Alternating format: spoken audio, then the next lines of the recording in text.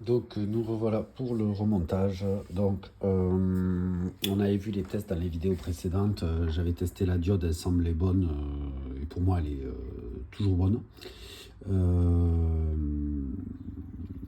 Du coup, par contre, j'ai préféré quand même racheter au cas où parce que je repars sur du neuf. Par contre, je vais voir comment ça réagit et comment ça fonctionne parce que quand on regarde la qualité, la taille des sertissages au niveau des cosses Fastone, enfin la nouvelle, hein, la neuve hein, qui est là, qui n'est pas encore formée, est ridicule. Pareil pour la connectique. Bon, après, ça fait le taf, hein, mais je trouve que c'est un peu ridicule par rapport à l'original. J'ai formé la nouvelle, je l'ai connectée au condensateur. Donc, bien sûr, tout ça avec les pinces à bec qui sont isolées, même s'il est débranché depuis un moment et tout. Voilà, faites toujours attention parce que ça peut vraiment vous faire du mal. Le fusible qu'on avait vu qui était lâché, donc j'ai refait un autre système avec un porte-fusible parce que le mien était soudé, donc du coup impossible. J'ai défait la vis de cette partie là qui sert de refroidissement à l'endroit où il y a le magnétron. Je retire cette plaque. Ça en fait ça va me permettre de le faire bouger vu que je l'ai dévissé. Il va pouvoir on va dire glisser, on peut bouger, et je vais venir y enfiler le magnétron. Bon, comme je peux pas filmer et faire la manipulation, je coupe, je vous reprends une fois qu'il est posé.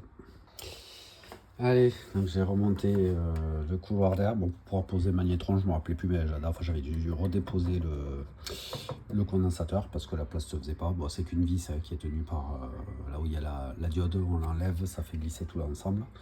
J'ai déboîté ça ici au niveau des deux pattes en plastique, je les fais reculer. J'ai collé mon magnétron. Ici, derrière, c'est fixé avec des vis, avec des écrous, pardon. Hop, on serre bien, parce que il peut y avoir des vibrations à ce niveau. Et les vibrations, ben, c'est pas bon. Donc, autant le serrer correctement. Voilà, sans rien foirer non plus. La dernière vis. Le dernier écrou. Et celui du haut. Allez.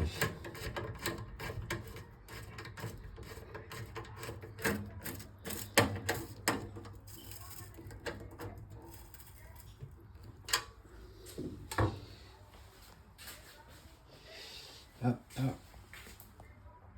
Alors, comme vous pouvez le voir, ça c'est la partie donc, où le magnétron, l'antenne du magnétron vient rentrer.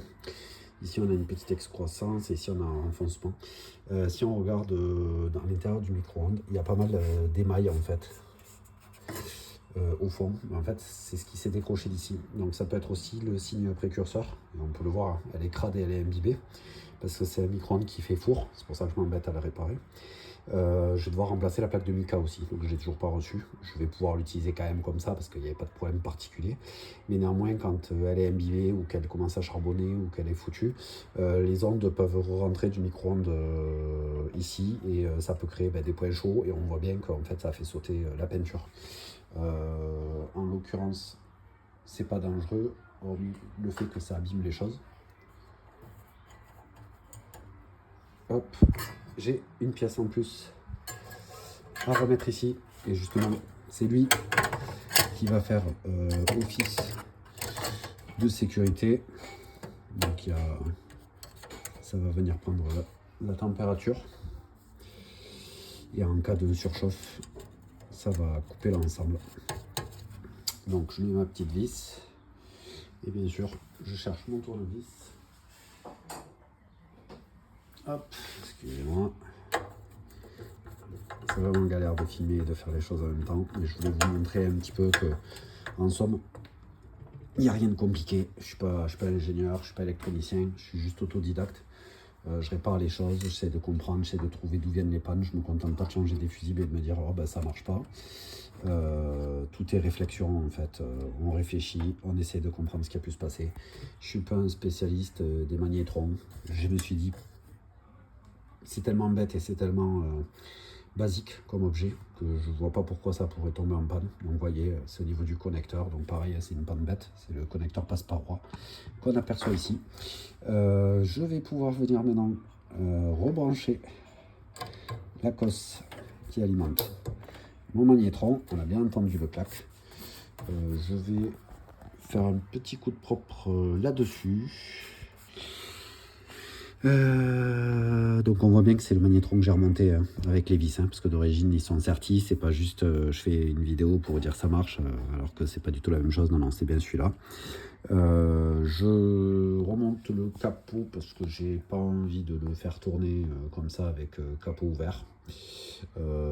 Et puis on fait le test du verre d'eau. Donc quelques minutes et je vous reprends.